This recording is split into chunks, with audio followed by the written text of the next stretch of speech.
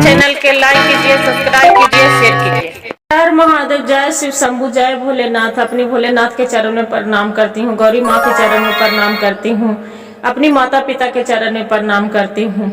मेरा प्रणाम स्वीकार हो, स्वीकार हो। एक किसी गांव में एक राजा रहा करता था। राजा बहुत राजा था, इतना राजा, सभी चारों दिशाओं के बहुत घन राजा था। उसका शादी विवाह हुआ, एक लड़की जन्म लिए। जो लड़की जन्म लेते ही उसका माँ दुनिया से चल बसी। रानी जो चल बसी, जैसी राजा को पता चला कि ये लड़की जन्म लिए है, मेरा पत्नी दुनिया से चल बसी, वो लड़की के कुलच्छनी नाम धर दिए कि ये तो कुलच्छनी है, मेरा पत्नी के जन्मते खा गई। उसका फुटली नजर नहीं देखना चाहती थी अपना लड़की के।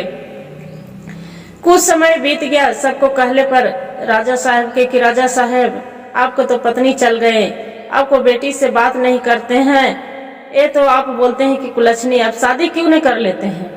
बोले हाँ सही बात बोलते हो, जो शादी कर लेंगे तबे मेरा दो बाल बच्चा होगा तो मेरा जीवन आदमी कुशल पूर्वक से रहेगा।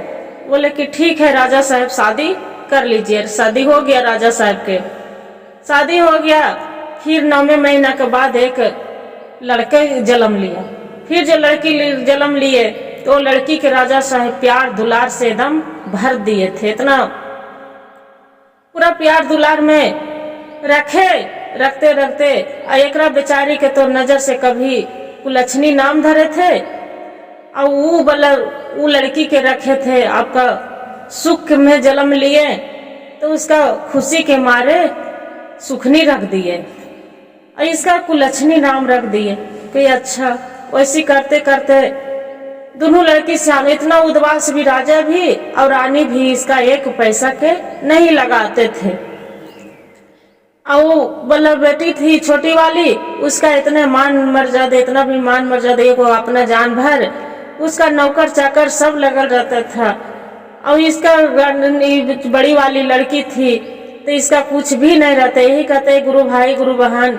जिसका जो माँ कुछ हो जाते हैं, पिता तो सौतेली माँ भी आते हैं तो उसका जीवन से कभी नहीं लगाते हैं। वही बात जो माँ नहीं है अपना तो उसका लिए कोई नहीं है, पिता भी नहीं साथ देते हैं, इसलिए उसका पिता भी नहीं साथ रहे। और कर्म के लिखल तो कोई नहीं जानते हैं कि मेरा तकदीर में क्या लिखा है। तो इसी बेचारी के दुख में और सियान हो गया तो उसका पिता बोले कि इसका कहे ना कि किसी से शादी करवा दे।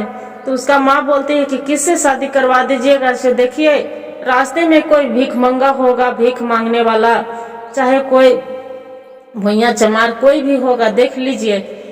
तो नौकर के क्या करते हैं कि अपने नौकरे के राजा साहेब भेज देते हैं कि जाओ कोई रास्ता में होगा तो उसको उठा कर ले आना। बोलते हैं कि ठीक है।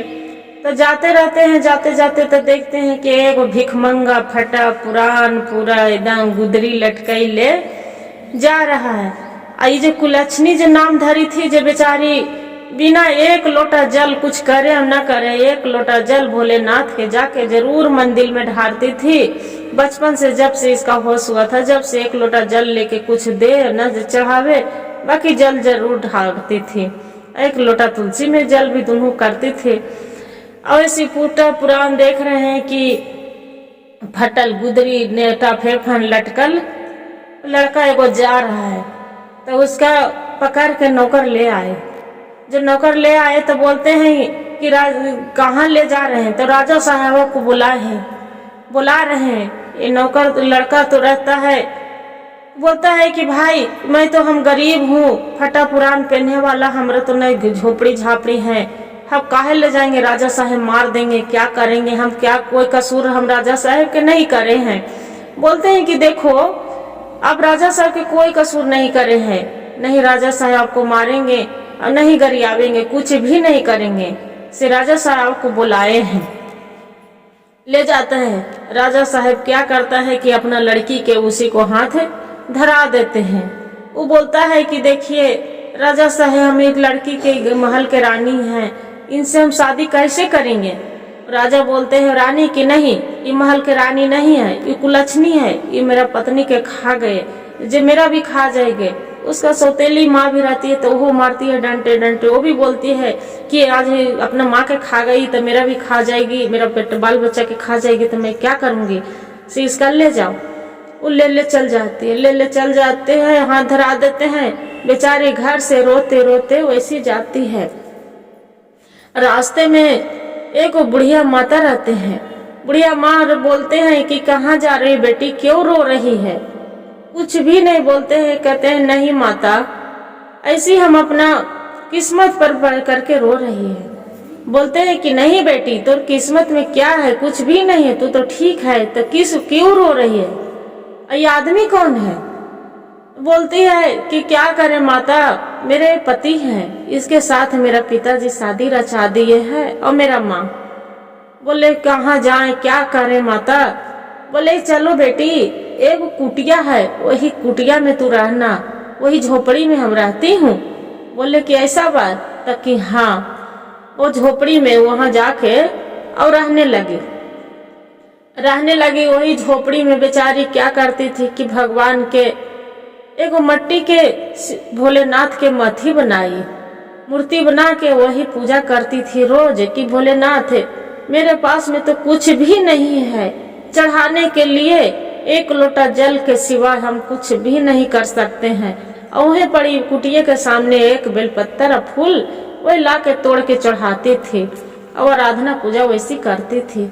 और उसका पति भी जंगल में लकड़ी काटते थे और लकड़ी के काट के तोड़ के ला के वैसी पालन पोषण वैसी धीरे धीरे कर रहे थे। तो एक दिन के बात हुआ कि किसी गांव में शिव चर्चा जा रहे थे सगरो गुरु बहना, वही दरवाजे वो शिव चर्चा जौन से बेलपत्तर फूल तोड़ कर रही थी बगीचे में। तो बोलते हैं कि कहाँ जा रहे हो दीदी, जे आप इधर। बोलते हैं कि अरे वो बगल में एक शिव चर्चा है, उसी के यहाँ जा रहे हूँ।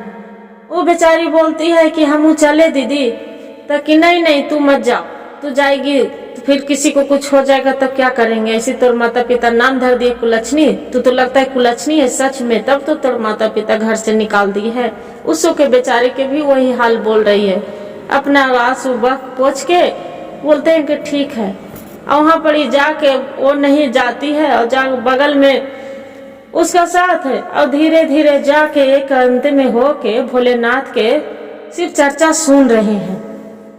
जो शिव चर्चा सुनते रहती है तो कथा में सब कहते हैं, तो वही आके बेचारी वैसी करके और कुछ दिन के बाद एक इसका बालक भी हो जाते हैं। तब सोचते हैं कि आप पूजा पाठ करते हैं भी कुछ भी नहीं हो रहा है, इतना करते अब भगवान ने भोलेनाथ मेरा नैया पार लगावेंगे।